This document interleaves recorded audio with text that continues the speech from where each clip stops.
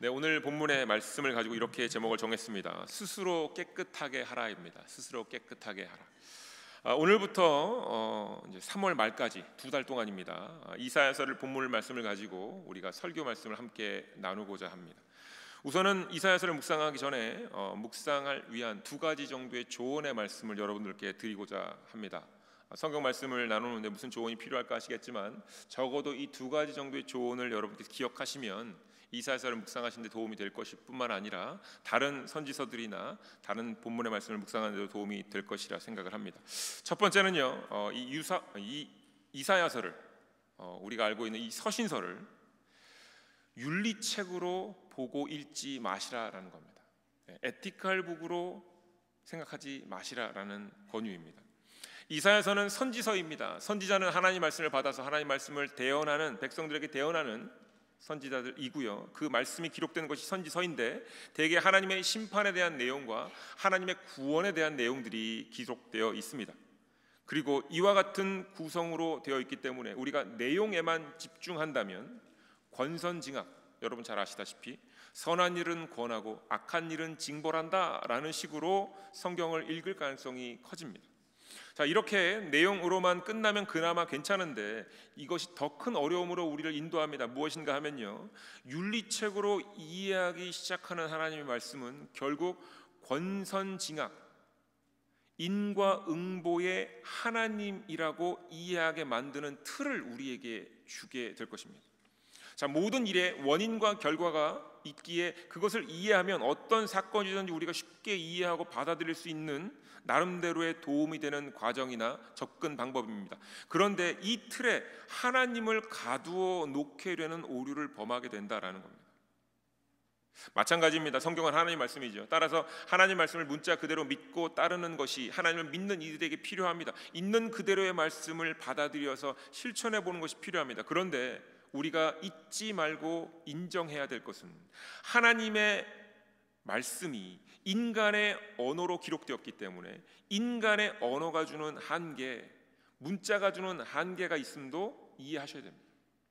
우리가 하나님에 대해서 설명할 때, 표현할 때 우리 인간의 언어로는 한계가 많음을 인정해야지만 비로소 하나님 말씀 앞에서 숙연해지고 말씀을 놓고 기도하게 되고 또한 말씀을 깊이 묵상할 수 있을 만한 계기와 길이 열리게 되는 겁니다. 따라서 이사야 선지자서를 윤리책으로 읽는 오류를 피하시기를 권해드립니다. 자, 두 번째는요, 이사야서에 기록된 말씀이 심판과 구원의 내용이다 보니까 이것을 단순하게 이해하고 넘어갈 가능성이 큽니다. 아, 그래, 심판하시는구나, 구원하시는구나, 심판과 구원이 반복되니 그냥 이렇게 쉽게 넘어갑니다. 심판과 구원을 여러 번 묵상하다 보면 자연스럽게 우리 안에 어떤 개념이 생기냐면 단순화시켜서 상과 벌의 개념으로 이 말씀을 이해하기 시작합니다.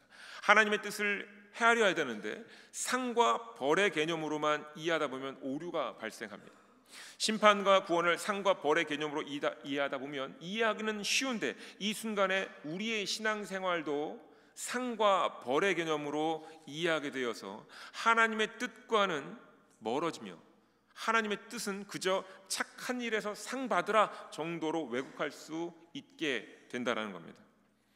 예수 믿고 천국 가는 것은요, 말처럼 그리 단순한 과정이 아닙니다. 예수님을 믿었기 때문에 천국에 빨리 가면 좋은데 우리에게는 아직 수명이 남아 있지요.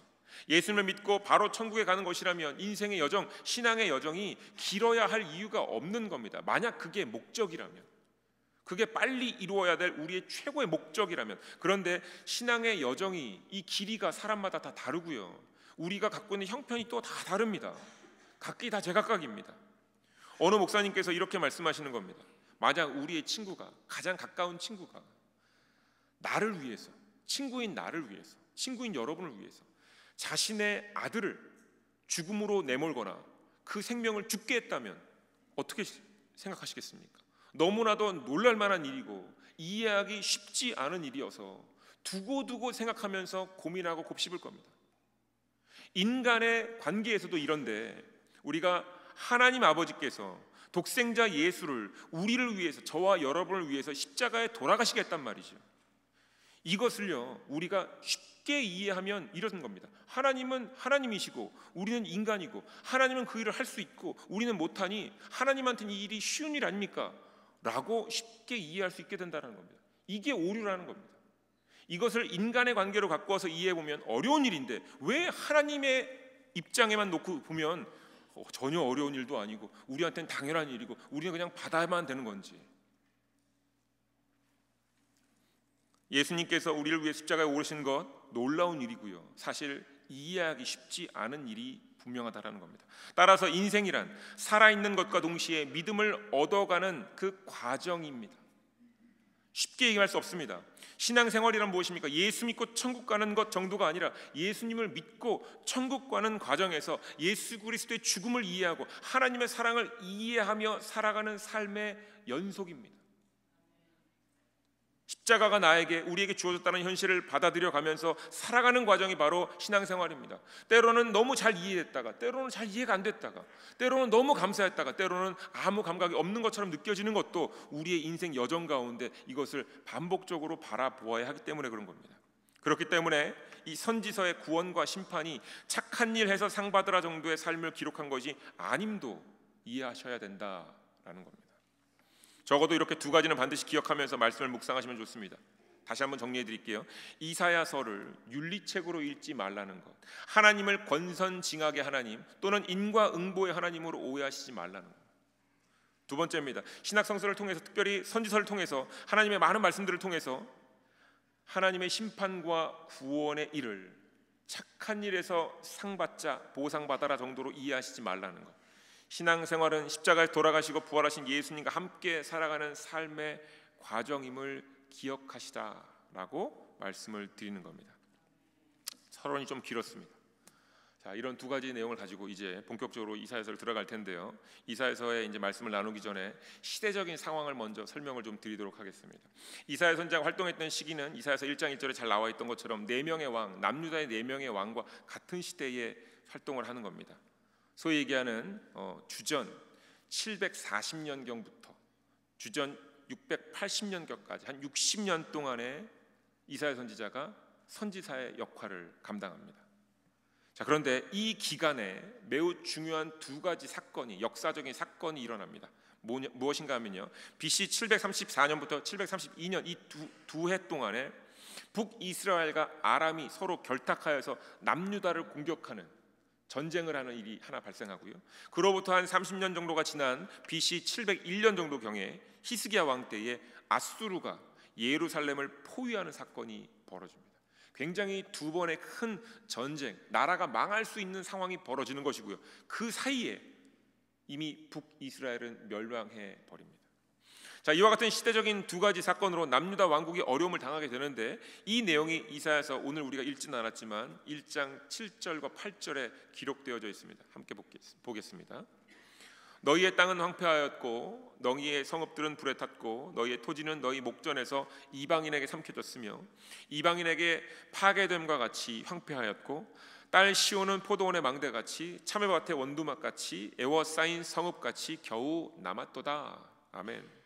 남유다 왕국이 30년 사이 두 번의 큰 공격을 받게 됩니다. 나라가 망할 수도 있었어요. 그런데 이로 인해서 땅과 성읍과 토지가 다 망가졌고요, 동시에 본인들이 이방인들의 공격만 받은 것이 아니라 북이스라엘 형제들의 공격을 함께 받았기 때문에 그들의 마음 또한 상했습니다. 그런데 그 사이에 또 엄청난 일이 있죠. 북이스라엘이 멸망하는 겁니다. 자, 이 모든 것들을 보면서 남유다는 만감이 교차했을 겁니다. 자, 이러한 상황에서 선지서는 윤리책으로 읽으면 안 된다라고 생각하셔야 됩니다. 남유다에 일어난 전략, 이 침략 사건, 하나님께서 죄를 지어서 심판받았다라고만 읽힐 수 있기 때문에 조심하라고 말씀을 드리는 겁니다. 또한 북이스라엘의 멸망을 보면서 우리가 이렇게 생각할 수 있어요. 이방인과 손잡고 형제를 공격했으니 잘됐다, 멸망한 거 쌤통이다 라고 말할 수도 있다라는 겁니다. 그런데 그렇게 읽으시면 안 된다라는 겁니다. 하나님의 임재 가운데 일어난 일이기 때문에 하나님께서 하셨다, 하나님께서 심판하셨다라고 이해하는 것이 틀린 일은 아닙니다. 하지만 이렇게만 이해하면 안 된다라는 것을 잊지 마셔야 됩니다. 왜냐하면 우리가 너무 잘 알고 있다시피 남유다 왕국도 결국 멸망했습니다. 만약 남유다 왕국이 하나님의 심판으로 멸망했다면 하나님께서 이스라엘에게 주신 구원의 메시지, 이것은 어떻게 이해해야 될까요? 만약 남유다 왕국이 죄를 지어서 심판을 받았고 이 땅에서 사라져버린 것이라면 성경 말씀 속에 끊임없이 하나님께서 구원의 메시지를 주실 때 남은 이들을 모으시겠다 이런 표현을 쓰시거든요. 그러면 그 남은 이들은 죄가 없는 이들일까요? 질문을 확장해서 적용해보면 이렇습니다. 하나님께서 권선징악, 인과응보로 우리의 심판과 구원을 내리신다면, 우리에게 그와 같은 일을 행하신다면 북이스라엘과 남유다처럼 심판하고 정죄하셔서 사라지게 하는 것이 하나님의 역사 가운데 중요한 키라면 현재 우리는요, 우리가 살아있는 이유는 죄가 없어서 심판을 받지 않은 것일까요? 만약 예수님의 십자가 사건으로 우리가 죄에서 자유함을 입었기 때문에 우리는 심판받지 않을 수 있습니다 라고 말씀하고 싶은 분이 계시다면 예수 그리스도의 십자가 이전의 사람들은 그럼 어떻게 되는 겁니까? 여러분, 아브라함의 시대가 지나가고요, 야곱의 시대가 지나가고, 모세의 시대도 지나가고, 여호수아의 시대가 지나갑니다. 그리고 모든 눈에 띄는 리더들이 전부 다 이 땅을 떠난 뒤에 사사의 시대가 도래합니다. 사사기죠.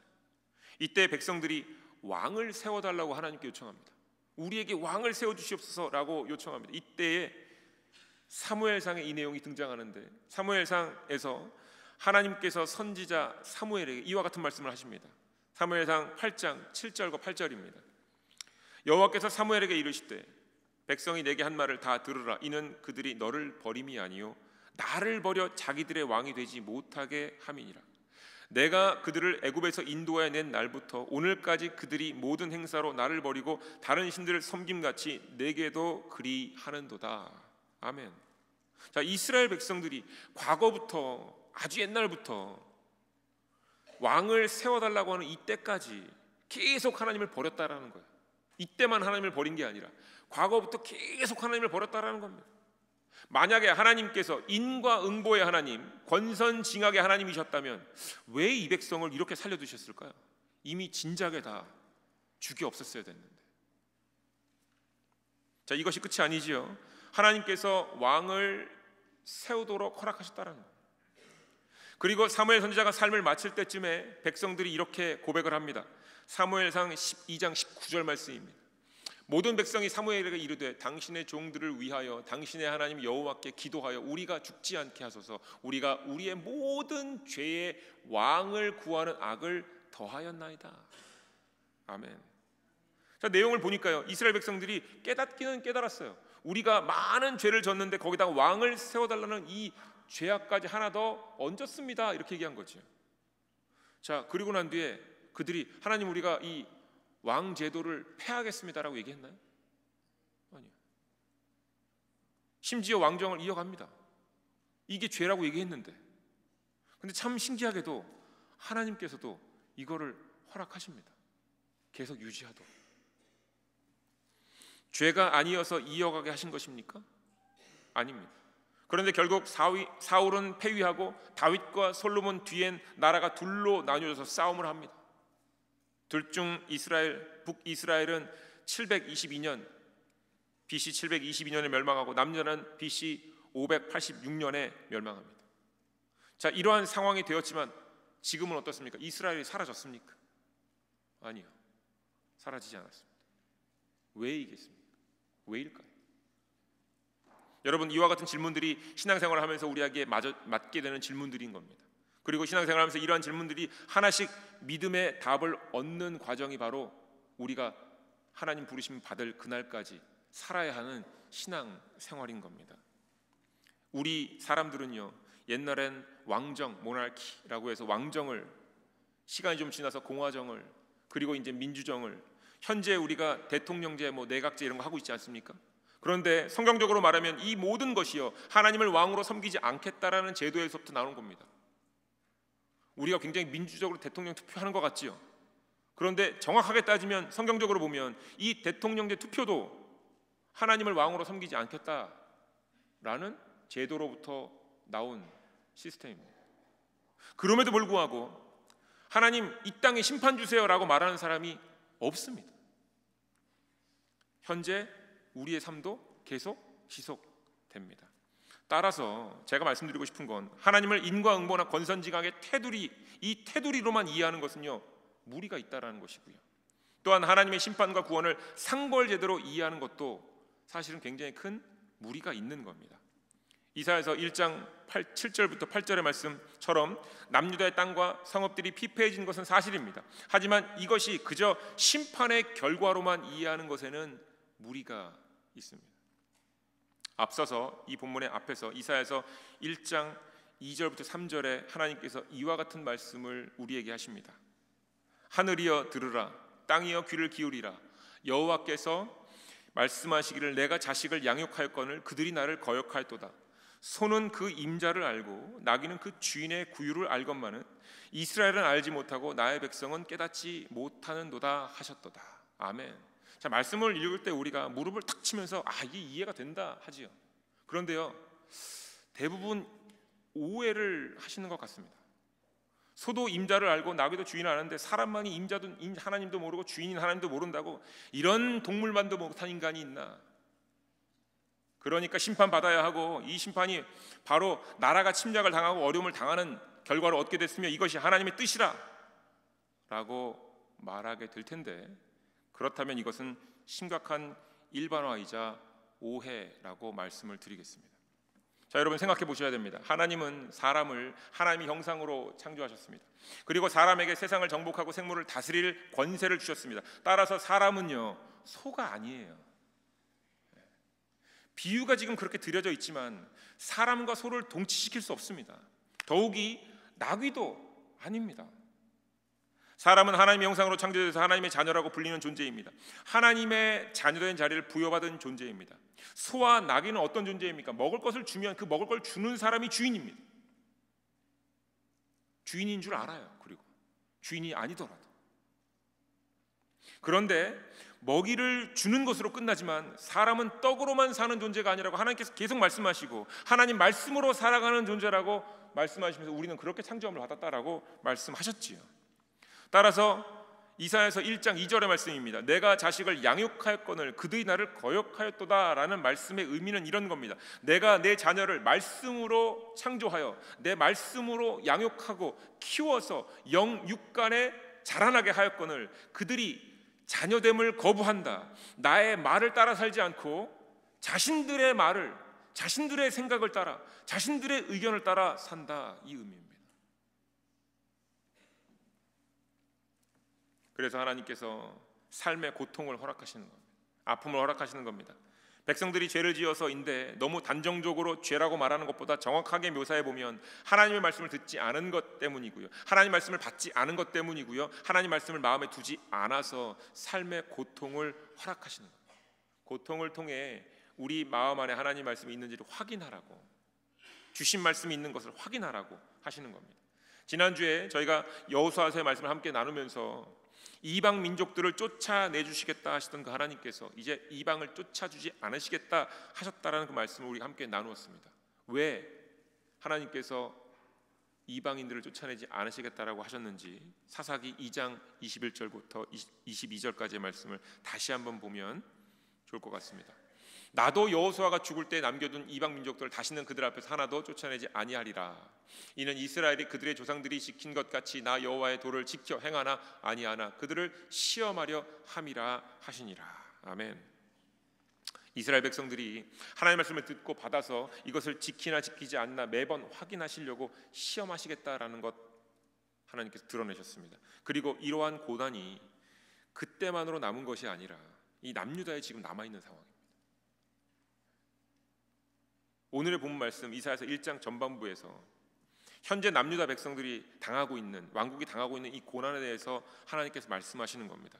하나님의 자녀인데 하나님의 자녀로서 하나님 말씀을 듣지 않고 받지 않고 따르지 않고 그래서 삶의 고난을 통해서 매도 맞고 아프기도 하고 병도 들었지만 어떻게 해요? 하나님께서 남기셨다는 거예요. 여호수아 때부터 지금까지 남겨두셨다는 거예요. 자, 사랑하는 교회 여러분, 우리가 이 부분이 너무 중요한데요, 이 부분을 잘 읽으셔야 됩니다. 이사야서 1장 9절 말씀입니다. 만군의 여호와께서 우리를 위하여 생존자를 조금 남겨두지 아니하셨다면 우리가 소돔 같고 고모라 같았으리라. 하나님께서 심판을 행하세요. 정확하게 심판을 행하시는 것 같은데 가만히 그 내용을 봤더니 사실 고난을 통해, 심판을 통해 남기신다라는 거예요. 하나님의 심판은 정죄하고 대가를 치르게 하는 것이 다인 줄 알았는데 말씀을 보니까 하나님의 심판의 핵심은 무엇이냐? 남겨주는 겁니다. 심판의 메시지를 받은 사람들은요, 죽은 사람들이 아니라 현재 남겨진 사람들입니다. 어제까지 살다가 어제 죽은 사람들이 아니라 오늘을 살아가는 사람이 바로 심판의 메시지를 받는 겁니다. 약간의 시차가 있을 수는 있습니다. 심판의 메시지가 언제 전달되는지가 중요하기는 합니다만 이것이 절대적인 기준은 아닙니다.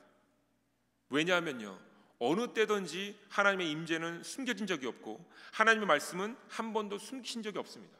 다 드러나는 겁니다. 그러니까 남겨진 사람, 그 하나님 말씀을 받은 사람, 이 바로 하나님의 심판 가운데서도 심판을 경험하여 남겨지는 구원받은 백성이 되는 겁니다. 자, 오늘 분명히 하나님 말씀이 들려졌고 이해가 되었다면 그냥 이것은 감사한 일입니다. 하나님께서 나를 구원의 역사 가운데 지금 붙들고 계시구나 라는 믿음으로 감사하시면 됩니다. 하나님께서 남기신 사람들에 대해서 말씀하시는 겁니다. 이사야서 1장 10절입니다. 너희 소돔의 관원들아 여호와의 말씀을 들을지어다. 너희 고모라의 백성아 우리 하나님의 법에 귀를 기울일지어다. 자, 귀를 기울여서 하나님 말씀을 들어보라 이렇게 말씀하십니다. 그리고는 11절부터 13절에 이렇게 이어서 말씀하십니다. 여호와께서 말씀하시되 너희의 무수한 재물이 내게 무엇이 유익하뇨? 나는 순양의 번제와 살찐 짐승의 기름에 배불렀고 나는 숫송아지나 어린 양이나 숫 염소의 피를 기뻐하지 아니하노라. 너희가 내 앞에 보이러 오니 이것을 누가 너희에게 요구하였느냐? 내 마당만 밟을 뿐이니라. 헛된 재물을 다시 가져오지 말라. 분향은 내가 가증히 여기는 바요 월삭과 안식일과 대회로 모이는 것도 그러하니 성회와 아울러 악을 행하는 것을 내가 견디지 못하겠노라. 아멘. 자, 이 내용도 너무 또 쉽게 이해하면 오해가 되겠지만, 자, 제사 드리지 말라는 얘기입니까?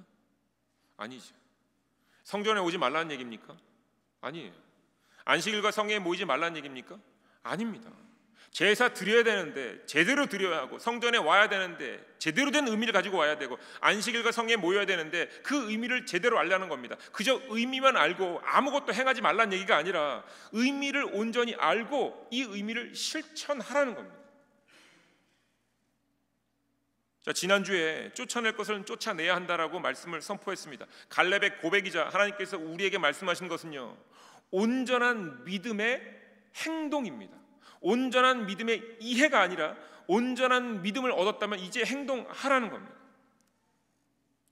현대의 기독교인들이 매우 영적으로 갈급해 보이는 이유는 세상이 너무 타락하고 영적으로 건조한 것뿐만 아니라 교회의 봉사와 사역, 선교지에서의 봉사와 사역에서도 그간 행동이 없어서, 내가 할 수 있는 봉사가 없어서가 아니라, 행동이 부족해서가 아니라 이것이 믿음과 직접적인 연관이 없었기 때문이라는 겁니다.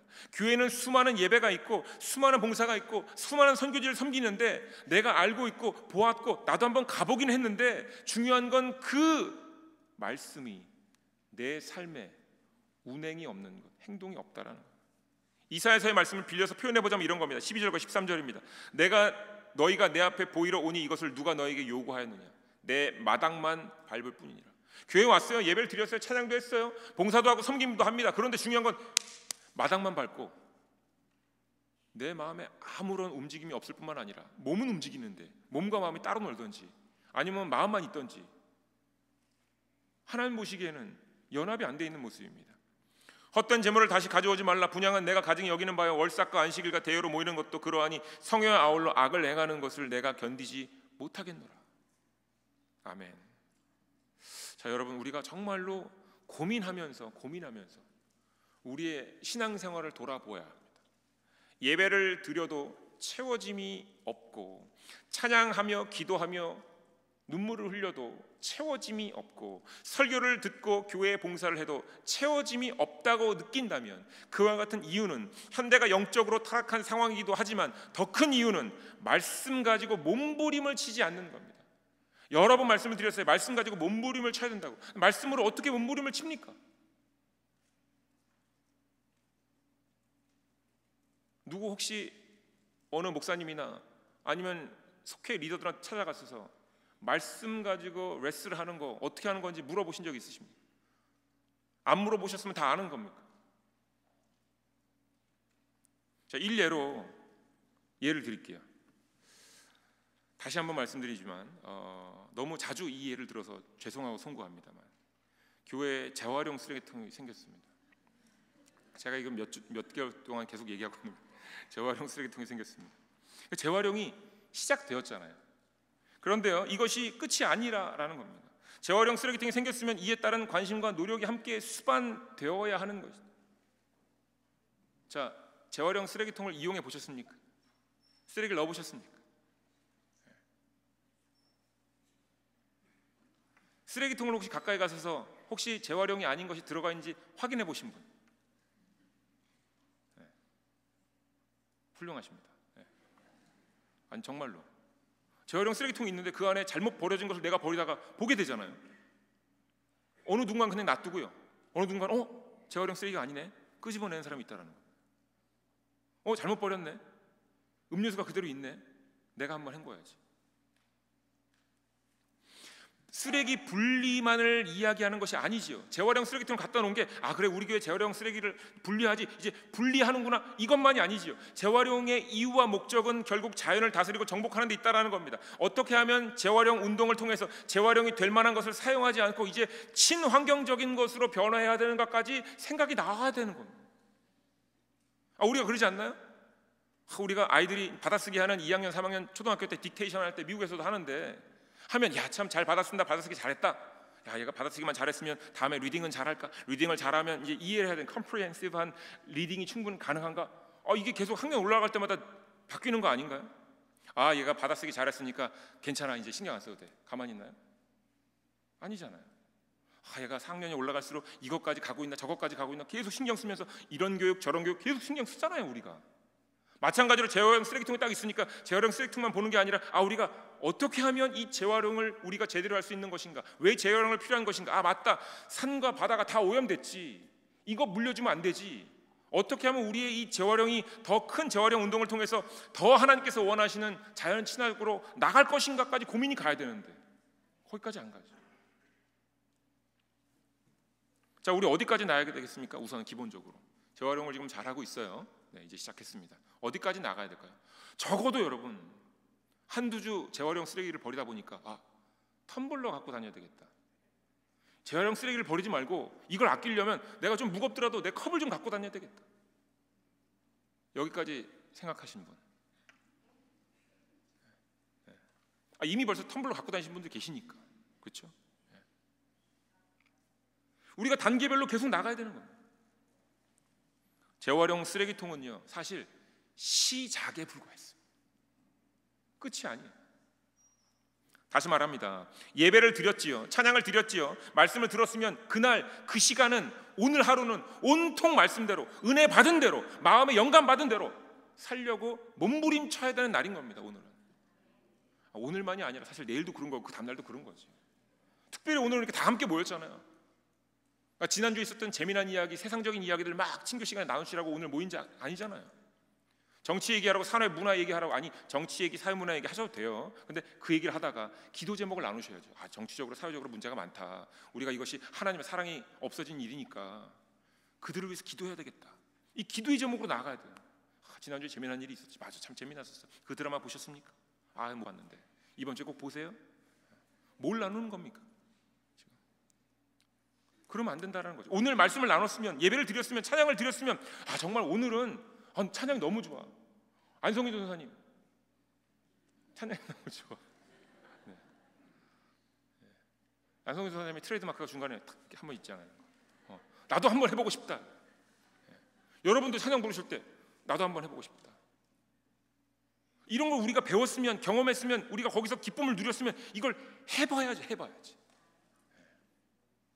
오늘 해야죠. 오늘 예배 끝나고. 근데 만약에 이거를 안 하고 참 너무 좋은 말씀인데 나중에 해야지, 내일 해봐야지, 다음 주에 해야지, 그럼 이미 끝입니다.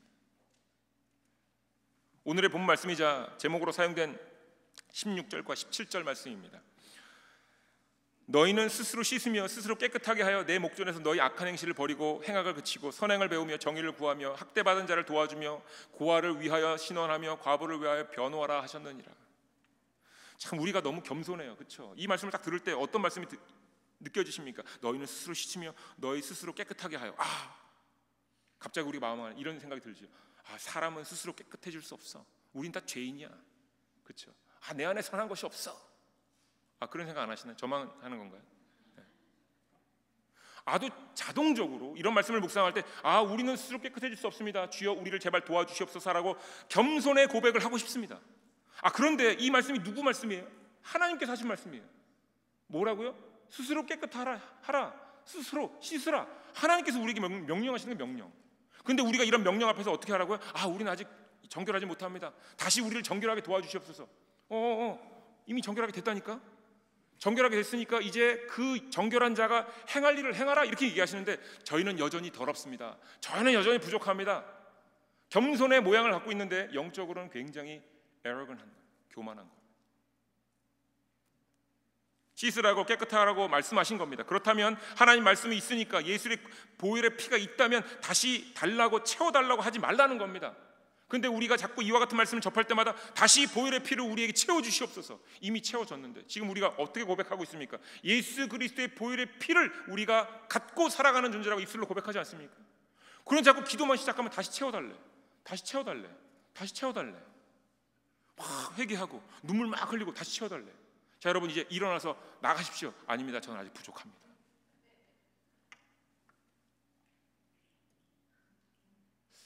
왜 그런 거죠?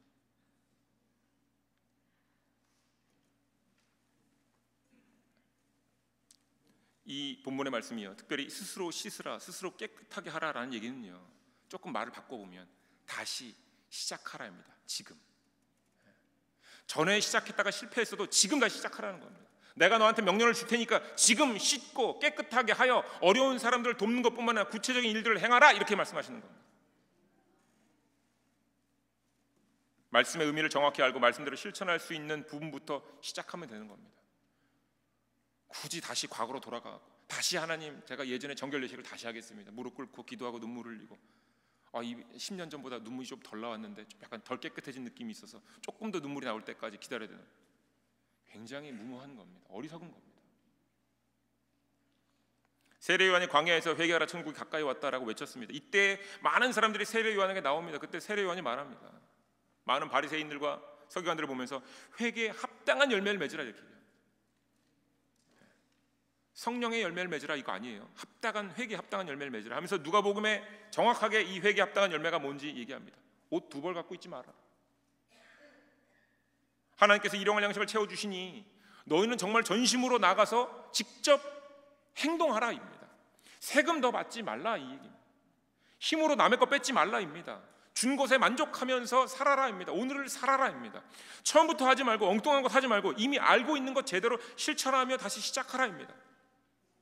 마찬가지입니다. 남유다 왕국의 어려움 속에서 하나님 말씀 가운데 그의 의미와 실천을 제대로 할 수 있는 것을 지금 다시금 하라는 겁니다. 오늘 할 수 있는 것을 오늘 하라고 말씀하시는 겁니다. 심판과 구원이란 주제이니 무거운 마음으로 회개하고 사죄하고 눈물을 흘리고 싶으실 수도 있습니다. 그런데 이런 것을 필요할지도 모르겠습니다만 이런 것만 하고 이런 것에만 만족하지 말라는 거예요. 중요한 것은요, 오늘 주어진 말씀으로 다시 새롭게 행동하라, 시작하라입니다. 할 수 있는 것은 반드시 하면서 우리가 말씀으로 창조된 존재임을 믿고 말씀을 실천하면서 체험하고 고백하고 다짐하라라는 겁니다. 사랑하는 교회 여러분, 죄를 고백하고 죄를 회개하는 가장 근본적인 이유, 목적이 무엇입니까? 우리가 눈물을 흘렸고 우리의 죄를 고백했던 이유와 목적이 무엇입니까? 오늘을 살기 위함입니다. 회개하고 오늘을 제대로 살기 위함입니다. 오늘을 살기 위해서 오늘 지금 회개를 하는 겁니다. 그렇죠? 회개하고 고백하는 이유, 죄를 고백하는 이유는 오늘을 제대로 살기 위함입니다. 오늘 위안을 받기 위함이 아니라 오늘 살아나가기 위함입니다. 오늘 하나님의 말씀을 가지고 씨름하고 실천하면서 살아나가기 위해 회개하는 것입니다. 회개만 하고 멈춰서란 얘기가 아니라 회개했다면 이제 나아가라는 겁니다. 그런데 이러한 과정 중에서 실패와 아픔이 우리 가운데 있을 수 있습니다. 그런데 실패와 아픔이 너무 싫고 실패와 아픔을 경험하다 보면 죄 지을 때와 같은 느낌이 찾아오니까, 감정이 찾아오니까 너무 고통스러워서 아무것도 하지 않거나 안전한 것만 하려고 집에만 있거나 친한 사람들만 만나거나 하는 것은요, 오늘을 새롭게 살아갈 수 없는 겁니다. 18절부터 20절까지 말씀입니다. 여호와께서 말씀하시되 오라 우리가 서로 변론하자. 너희의 죄가 주홍 같을지라도 눈과 같이 희어질 것이요 진홍같이 붉을지라도 양털같이 희게 되리라. 너희가 즐겨 순종하면 땅의 아름다운 소산을 먹을 것이요 너희가 거절하면 배반하면 칼에 넘겨지리라. 여호와의 입의 말씀이니라. 아멘. 자, 이 얘기가 무슨 말씀이냐면요, 주신 말씀으로 오늘 지금 말씀 가지고 살아가려고 아둥바둥 하라는 겁니다. 말씀 갖고 막 씨름하라는 겁니다. 그런데 실패했고 아픔의 경험이 있어서 아무것도 안 하고 있으면 아무것도 안 된다라는 거예요. 그런데 우리가 말씀 가지고 있으니까 말씀으로 씨름하면서 실패와 아픔의 경험이 있어서 이걸 또 반복하긴 싫지만 주신 말씀이니까 한 번 더 합니다. 의도하지 않아서 또 다른 아픔과 어려움이 찾아올 수도 있겠지만 그럼에도 불구하고 몸부림치면서 한 걸음 나아갈 때 하나님께서 그가 지금 내 앞에서 변론하고 있다, 이렇게 보시는 겁니다. 너희들이 아무리 죄가 주홍 같을지라도 너희가 하나님 말씀으로 정말 이 편하고 싶은 마음, 또다시 고통당하고 싶은 마음이 아니라 정말 새롭게 일어나려고 다시 일어나서 말씀 가지고 나아가는 그 모습을 볼 때 너희가 지금 내 자녀이고 아둥바둥하는 그 모습으로 너희가 내 자녀임이 변론되었다라는 겁니다. 그러니까 땅에서 아름다운 소산을 오늘 먹을 것이다, 이렇게 얘기하십니다. 하나님 말씀대로 살려고 몸부림치면 그것이 변론임을 잊지 마셔야 됩니다. 그것으로 말미암아 아름다운 소산을 먹는 겁니다. 만약에 더디하거나 주저하면 나 상처받기 싫은데, 고통받기 싫은데, 괜히 싸운 사람한테 가서 화해하다가 괜히 또 마음 상처받기 싫은데, 그래서 멈추면요, 아무것도 안 되는 겁니다. 사랑하는 교회 여러분, 오늘 본문의 말씀 가운데 16절의 말씀을 기억하십시오. 하나님께서 말씀하시는 거예요. 너희는 스스로 씻으며 스스로 깨끗하게 하라. 이 말씀을 받으셔야 됩니다.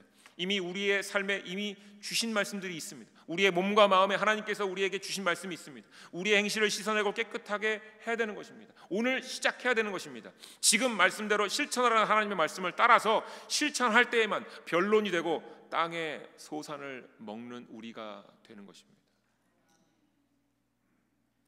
편한 것, 원하는 것, 바라는 것 있지만 지금은요, 행동으로 옮겨야 될 때입니다. 세상은 날로 악해져서 더 이상 가만히 앉아서 우리만의 예배를 드리고 우리만의 기쁨을 누리고 우리만의 눈물을 흘리고 우리만의 위로와 격려를 받는 것은 더 이상 아무런 힘도 능력도 드러내지 못합니다. 왜냐하면 한 번도 세상을 향해서 받은 말씀을 사용해 본 적이 없는데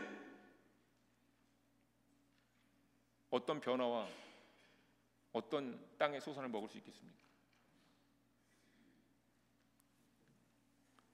우리에게 필요한 건 받은 말씀을 실천하는 것입니다. 말씀 가지고 씨름하는 것입니다.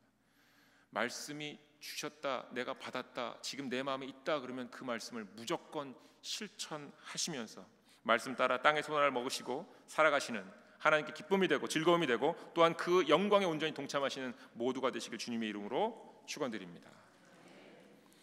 말씀 가지고 먼저 함께 통성으로 기도하겠습니다.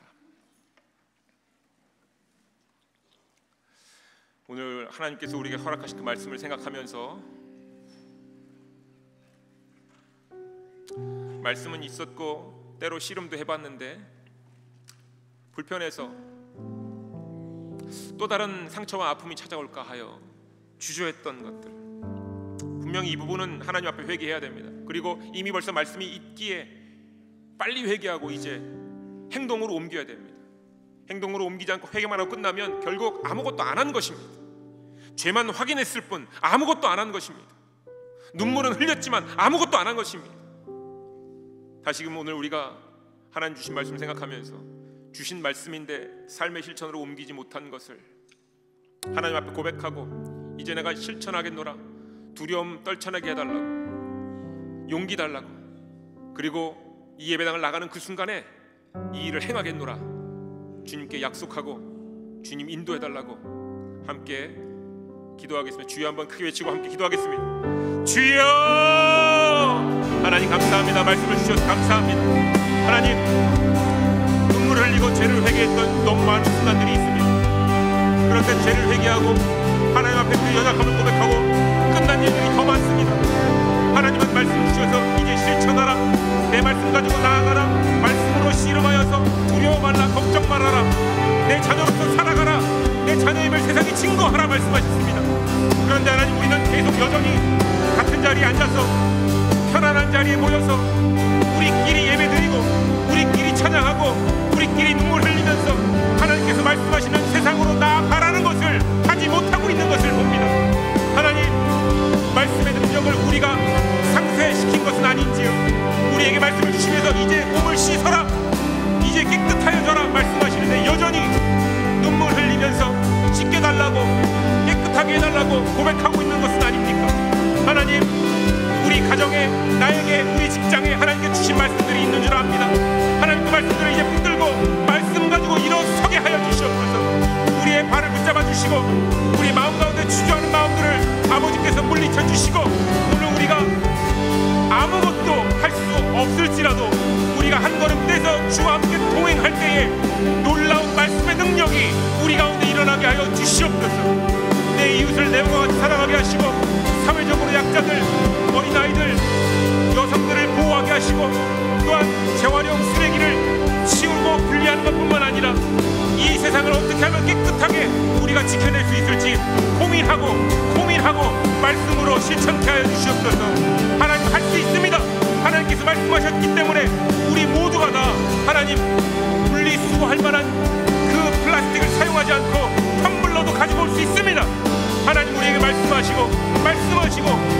주신 것 이제 우리가 실천하겠사오니 아버지, 우리에게 새 힘과 용기를 주시고 이제 우리가 발을 한 걸음 뗄 때에 주여 인도하여 주시옵소서. 말씀의 능력을 경험케 하여 주시고 말씀의 경험을 나누게 하여 주시옵소서.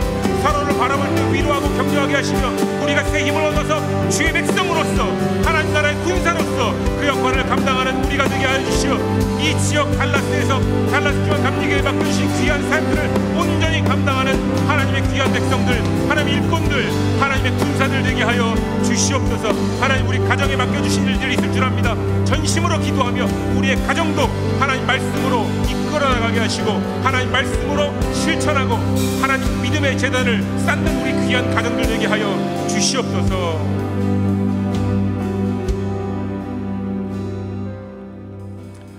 하나님, 주신 것이 너무 많아 감사합니다. 하나님께서 우리에게 많은 것을 주실 때는 사용하라고 주신 겁니다. 이제 사용하겠습니다. 주신 건강 사용하겠습니다. 주신 예물 사용하겠습니다. 주신 시간 사용하겠습니다. 주신 체력 사용하겠습니다. 하나님의 백성들을 위해서, 길 잃은 양들을 위해서 우리가 사용하겠습니다. 그리고 우리와 관계가 깨졌던 친구를 위해 다시 사용하겠습니다. 교회를 떠나 다시 만날 수 없다면 전화라도 하겠습니다. 하나님, 그리고 그를 위해 축복하겠습니다. 우리의 사과를 받아들이지 않는다 할지라도 하나님 괜찮습니다. 그것이 다시 우리에게 상처가 될지라도 하나님 괜찮습니다. 왜냐하면 사랑하려고 노력하는 씨름이 있었기 때문에 하나님께서 네가 지금 내 앞에서 변론하고 있다 말씀하십니다. 우리의 죄가 주홍빛 같을지라도 깨끗하게 되었다 말씀하시며 오늘 우리에게 땅의 소산을 먹으라, 일용할 양식을 먹으라, 힘을 내라, 다시 걸어라 하십니다. 하나님, 우리가 이와 같은 삶을 살기를 원합니다. 오늘 우리를 일으켜 세워주시고 우리와 함께 동행하실 때에 세상은 알지 못하는 평안과 기쁨과 능력을 맛보게 하여 주시옵소서. 하나님께 세우신 교회, 이 교회에 하나님께 주신 귀한 사명들이 있습니다. 하나님, 이제 새롭게 도전할 터인데 주여 하나님, 주저하지 않게 하시고 평안한 것을 쫓지 않게 하시고 아버지 이름 따라 나아가는 우리가 되게 하여 주시옵소서. 가정들마다 기도의 제목이 있습니다. 하나님, 하나님의 나라와 의를 먼저 구하는 이들에게 이 모든 것은 더하여진다라는 것을 체험케 하여 주시옵소서.